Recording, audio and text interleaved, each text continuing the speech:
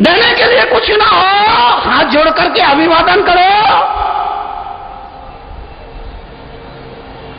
दो चीजें हैं, मोबाइल और इस्माइल। दो चीजें हैं, मोबाइल और इस्माइल।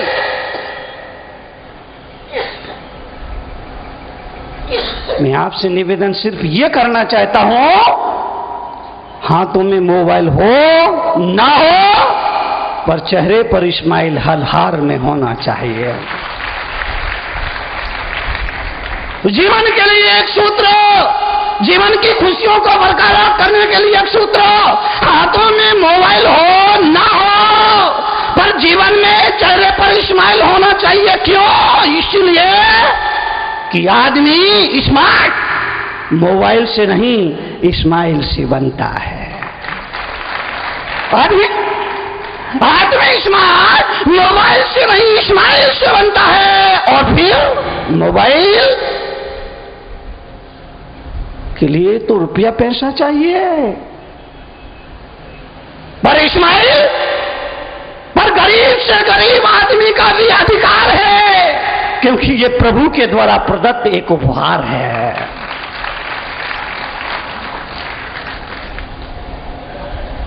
कहने वालों ने कहा, जिंदगी में दुख आएंगे, संकट आएंगे, तकलीफ आएगी, परेशानी आएगी, चिंताएं आएंगी।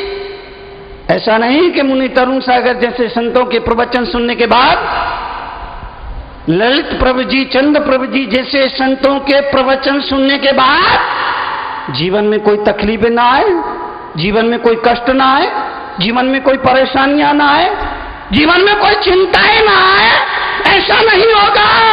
लेकिन सत्संग में आने वाले लोगों से इतना निवेदन किया जाता है, बारिश हो रही है, तेज बारिश हो रही है, हम बारिश को बंद नहीं कर सकते, लेकिन अगर आपके पास छाता है तो बरसते पानी में निकल जाओ, बारिश आपका कुछ भी बिगाड़ नहीं कर सकती है।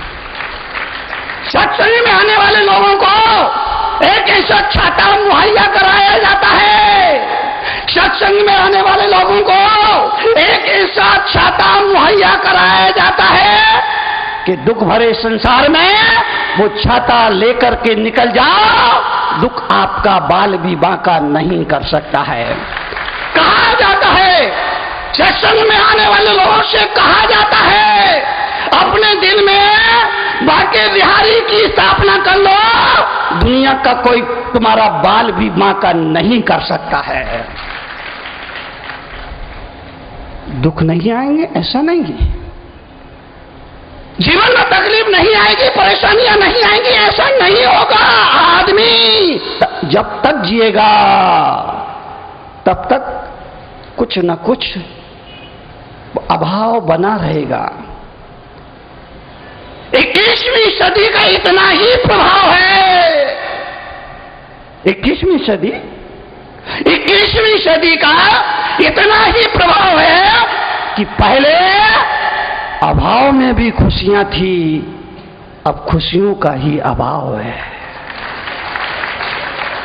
21वीं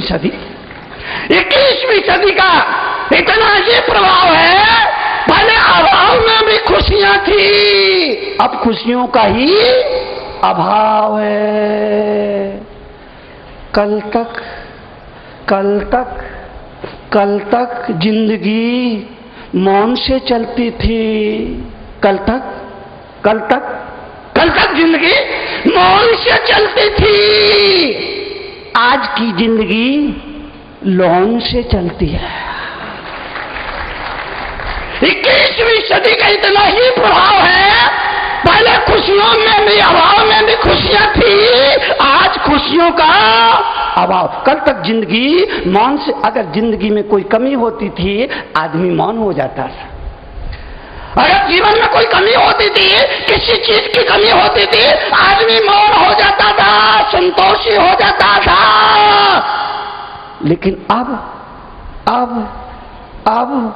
लोन लोन लोन, ले ले आओ धर धर जाओ, ले ले आओ धर धर जाओ, ले ले आओ धर धर जाओ। सारा घर भर गया, फ्रिज आ गया, कूलर आ गया, एसी,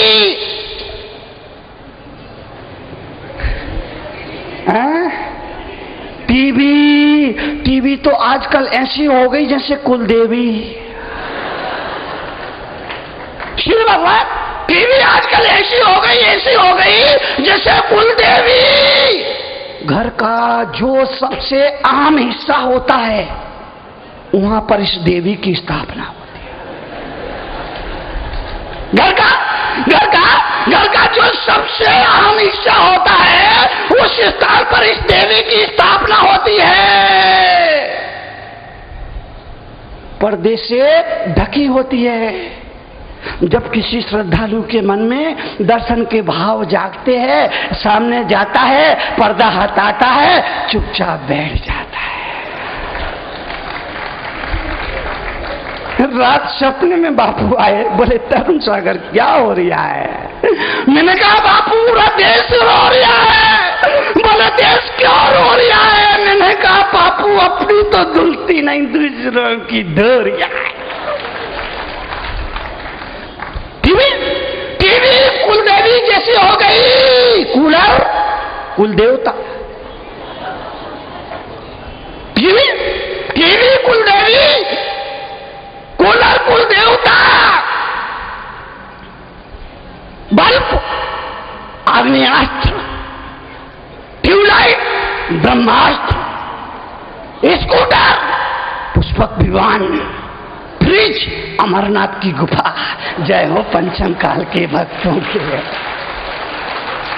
21वीं सदी का इतना ही प्रभाव है। पहले अभाव में भी खुशियां थी, अब खुशियों का ही अभाव है। आपसे निवेदन करना चाहूंगा, कल तक आदमी की जिंदगी मौत से चलती थी। अगर जीवन में कोई कमी, कोई अभाव होता था, आदमी स्वीकार करता था। बस अब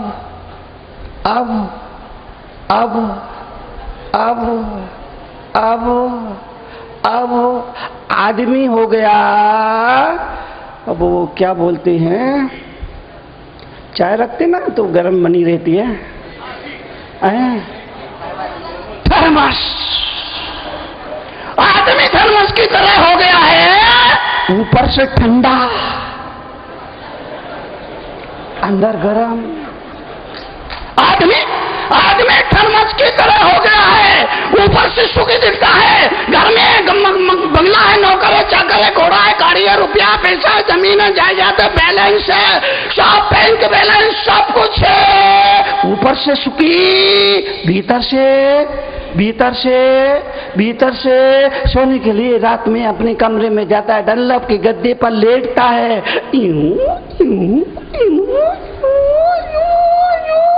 रात भर करवटें बदलता है, थर्मस की तरह हो गया आज का आदमी। सब कुछ होने के बाद भी कुछ भी नहीं। मैंने अपनी कड़वे प्रवचन पुस्तक में लिखा, आज के आदमी के पास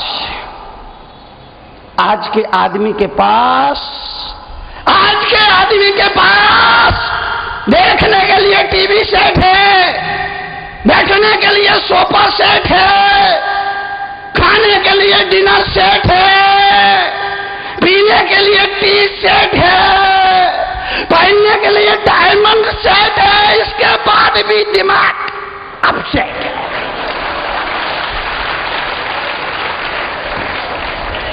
इक्कीसवीं सदी का इतना ही प्रभाव है। पहले अभाव में भी खुशियां थी, अब खुशियों का ही अभाव है। आपसे निवेदन, जीवन के लिए, जीवन के परिवर्तन के लिए, जीवन की समृद्धि, विकास, कल्याण के लिए निवेदन। ऋषियों ने कहा, ज्ञानियों ने कहा, मुनियों ने कहा, संतों ने कहा, पंथों ने कहा, ग्रंथों ने कहा, इच्छाओं को सीमित करो, संयम को धारण करो। धर्म शास्त्रों में कहा 4 चीजें दुर्लभ है। नंबर 1 मनुष्यपना, नंबर 2 धर्म का श्रवण, नंबर 3 श्रद्धा और नंबर 4 संयम। मनुष्यपना दुर्लभ है। मनुष्यपना मिल गया तो फिर धर्म का श्रवण दुर्लभ है, क्योंकि सभी मनुष्य को ये सौभाग्य नहीं मिलता है। मनुष्यपना मिल गया। 6 अरब लोग हैं दुनिया में।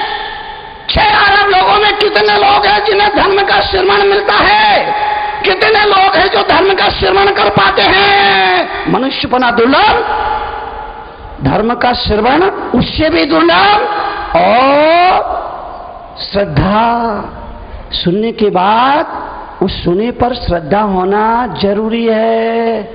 केवल सुनना पर्याप्त नहीं है। ये भाइयों की एक बहुत बुरी आदत होती है, इस कान से सुनना, बोलो, इस कान भाइयों की एक बहुत बुरी आदत होती है, इस कान से सुनना, इस कान से निकाल देना। महिलाओं की एक बहुत बुरी आदत होती है, दोनों कानों से सुनना और मुख से निकाल देना।